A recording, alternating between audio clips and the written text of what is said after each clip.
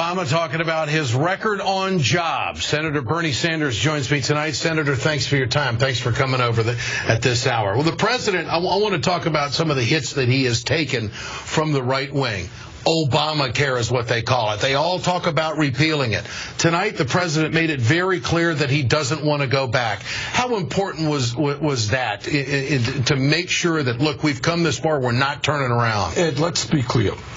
We've had a dysfunctional health care system.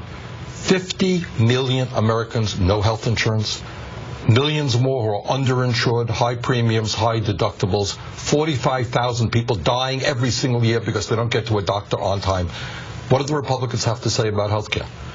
What, cut Medicare, cut Medicaid, repeal the health care reform bill? That's insane. So I think the health care reform bill is a step forward. Obviously, we have got to defend it. Frankly, we have got to do more. We're the only country in the industrialized world that doesn't have a national health care program guaranteeing health care to all people, yet we end up spending almost twice as much per capita on health care. The president hit a lot of avenues tonight. He talked about the payroll tax cut, which you're not a big fan of. He did talk about the tax code, and, of course, taxes have been in the news a lot in the last 48 hours. Did he go far enough? Making the case, you know that graph I show on TV, the vulture chart, the red line and the blue line. Did he address that enough tonight? He addressed it probably, in my view, he could have addressed it more. The American people are beginning to catch on that there's something fundamentally wrong in our society when so few have so much and so many have so little, when the top 400 wealthiest people in this country own more wealth than the bottom half of America.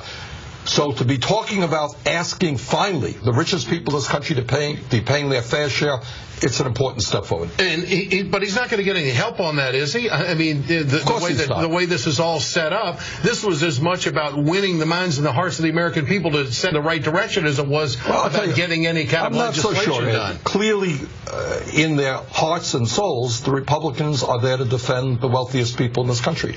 But I'm not sure that if we can create the kind of grass movement and public consciousness that it is insane to be talking about more tax breaks for the rich when we have an increased number of people living in poverty, when we need to invest in job creation. I am not sure that we can't win that fight. The president said we can't have it both ways.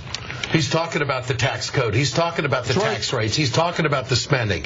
He asked tonight to us to take half the money that we spent on military and turn it into nation building here. How does that play? I think that's exactly right. I think what he's saying, on one hand, we have got to pay off our debt, and that's right. On the other hand, we have got to invest in rebuilding our infrastructure, creating millions of jobs, transforming our energy system. I think he was exactly right on that issue. Where was he weak tonight? What did you want to hear more of? Well, I'll tell you where he was weak. I get nervous when the president talks about working with Republicans about reforming entitlement programs. You know what that really means?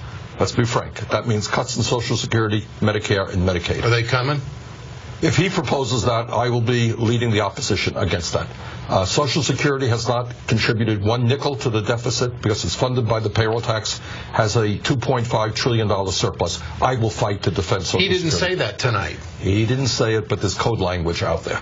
When you work with Republicans, I forgot the exact wording, to reform entitlement programs, that's the code word. Was he not strong enough on the big three tonight? Of course he was not strong enough. He should have got up there and said, you know what, in the midst of a terrible recession, I promise you, we are not going to cut one nickel of Social Security, Medicare, and Medicaid. We are going to move toward deficit reduction. We're going to do it in a way that is fair and responsible. Cut military spending, ask the wealthy to pay their fair share of taxes, and end these absurd corporate loopholes. Senator Bernie Sanders, thanks for joining us tonight. Thanks so much. Next, an exclusive interview with White House Domestic Policy Council Director Cecilia Munoz. Later, taxes were